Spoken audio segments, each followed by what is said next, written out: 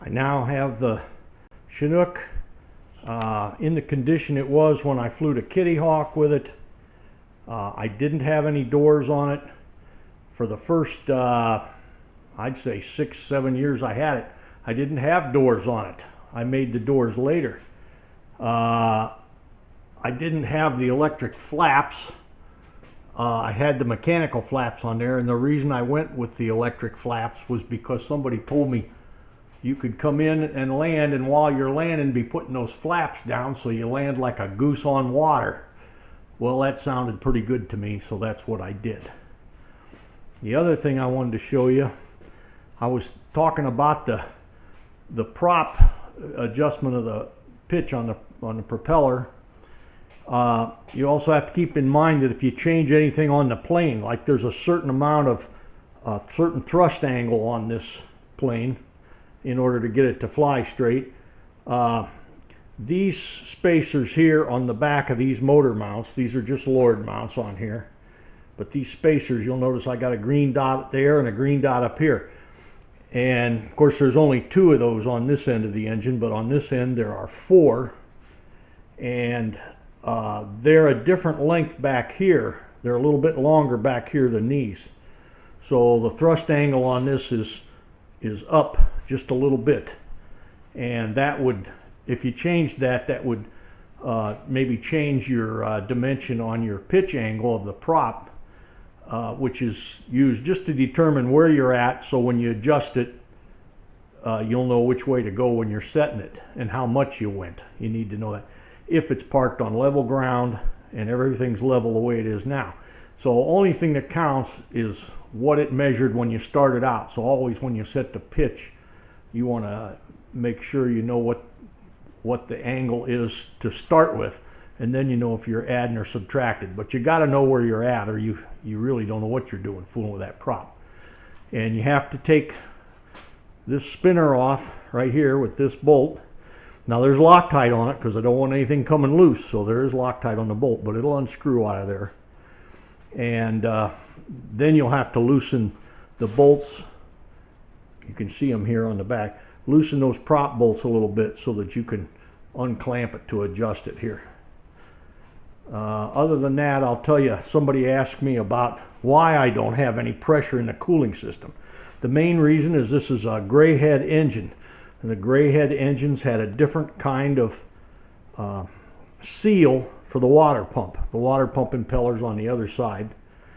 But you have this little bottle here for rotary valve oil, they call it. And it's all it does is fill up the center of the crankshaft with oil, and that's where the little skew gear that runs that shaft that turns a water pump on the far side and the rotary valve on this side. There's oil lubrication for them all the time on there. So then they say, well, how do you know those inner seals aren't leaking? Well, if they were leaking, this oil would go down in this oil bottle real fast if they were leaking. And chances are if they were going to leak, it's going to do it when it's shut off, because there's quite a bit of head pressure on that oil in that box. So, you know, just from the height of where this is mounted. So I know that the center seals don't leak at all. But the main reason there's no pressure in the cooling system is that because it uses just a lip seal, which is, well, you see them on a lot of electric motors and everything else. This has lip seals here, and there'd be lip seal here. They're not designed for pressure. So you don't want to put 14 psi or 17 or whatever these Rotaxes use. They got little tiny radiators so they can run them real hot. That's what they're trying to do, get away with small radiators. But on this plane, I don't have a small radiator. I have a giant radiator right here. So I don't need to run pressure, and if I don't have pressure, the seals won't leak.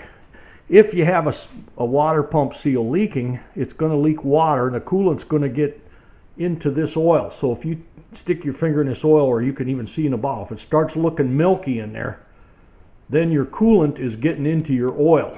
Those seals are leaking. And you would need another lip seal in there. Rotax had a problem with that with these gray head engines, and they reduced the size of the shaft it's in. Now this one's had that done. This has a smaller shaft. That's to reduce the surface speed on that lip seal. by going to a smaller diameter shaft, and that gives you less surface feet per minute on the spinning of the shaft, and the rubber won't cut into the seal, or the seal won't cut into the shaft, I should say. The shaft is heat treated, but rubber will cut steel, and it'll put a big groove in those shafts for the water pump. So in order to eliminate any pressure on there, which is of course what's forcing that rubber to cut that steel, I don't run any coolant pressure in there at all, and I've never had any trouble with it in all the years I've had it, just by doing that. But I've always run it without pressure. It's never had any pressure in there. Now the guy I got the engine from, he used pressure in there. He had pressure because he had the Rotax cooling system. But right away I could see where that was no good, and so I changed to this no pressure system on it. How did I determine whether the battery is being charged on the Chinook or not? Well, this thing plugs into your cigarette lighter, of which I have two on there. One of them runs the radio. And you plug this in, and it will tell you the condition of the battery, of course. But the main thing I watch is right in here, is whether it has a low or normal rate of charge. It has to go into that, out of this battery area and over into the charge area to know that it's charging.